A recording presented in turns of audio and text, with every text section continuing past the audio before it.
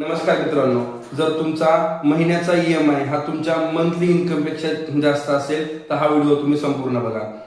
काय होतं, आपण वेगवेगळे लोन घेतो, मल्टिपल आपण क्रेडिट कार्ड यूज करतो आणि ह्या सगळ्या गोष्टी केल्यामुळे आपला महिन्याचा EMI हा आपल्या इन्कम पेक्षा जास्त जातो। उदाहरणार्थ, जर एखादा महिन्याला 1 लाख रुपये कमवत असेल तर तो महिन्याला 1,20,000 1,30,000 रुपये हा EMI भरत असतो आणि ह्याच्यामध्ये तो अडकत जातो आणि एक दिवस त्याच्याकडे आत्महत्येशिवाय पर्याय उरत नाही।